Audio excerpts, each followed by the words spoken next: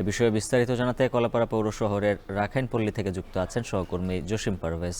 জসিম, জানাবেন সকাল থেকে কি পরিমাণ বৃষ্টি হয়েছে আর আবহাওয়া অফিস কি বলছে? উজ্জ্বল, আপনি জানেন যে উপকূলীয় অঞ্চলে কিন্তু ভারী বৃষ্টিপাত হচ্ছে গত এক সপ্তাহ ধরে।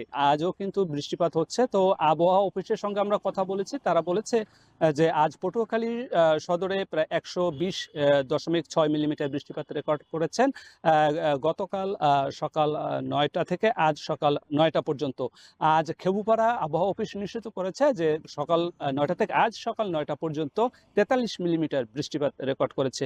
আমি এখন দাঁড়িয়ে আছি যে বৃষ্টিতে যে দুর্ভোগের শিকার হচ্ছে কলাপাড়া পৌর শহরের নাসনাপাড়া এলাকার যে নতুন পাড়া রাখাইন পল্লী রয়েছে, সেই রাখাইন পল্লীর আপনি আমার এই পাশটিতে দেখতে পাচ্ছেন যে এই রাখাইনদের যে বসত বাড়ি সেটি অর্ধ নিমজ্জিত অবস্থায় রয়েছে।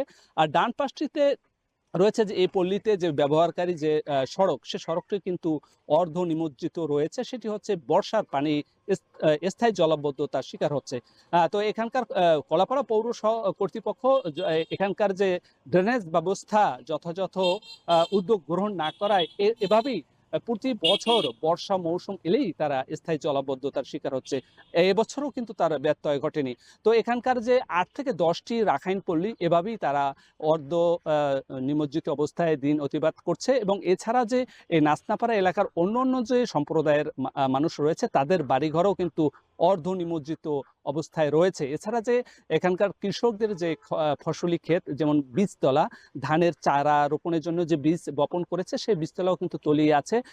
এছাড়া যে উপকূলীয় অঞ্চলে যে সকল বেড়িবাঁধ রয়েছে, বেড়িবাঁধ যেগুলো নিম্ন, যেমন গইয়াতলা বেড়িবাঁধ নির্মাণ করা হয়েছে গত বছর, কিন্তু সেটিতেও কিন্তু ফাটল ধরেছে।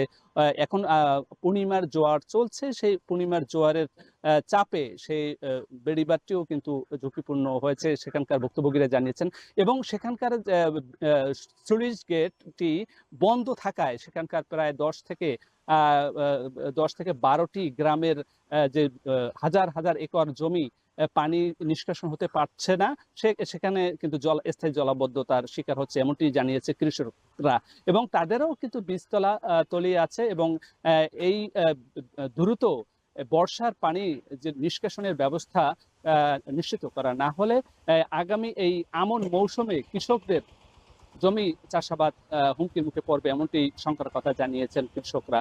তো এখন কিন্তু আবহাওয়া ৩ নম্বর সতর্ক সংকেত এখনো আবহাওয়া অধিদপ্তর অব্যাহত রেখেছে।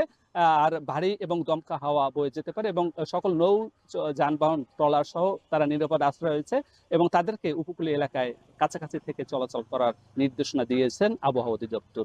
এই ছিল আমার কাছে সবশেষ।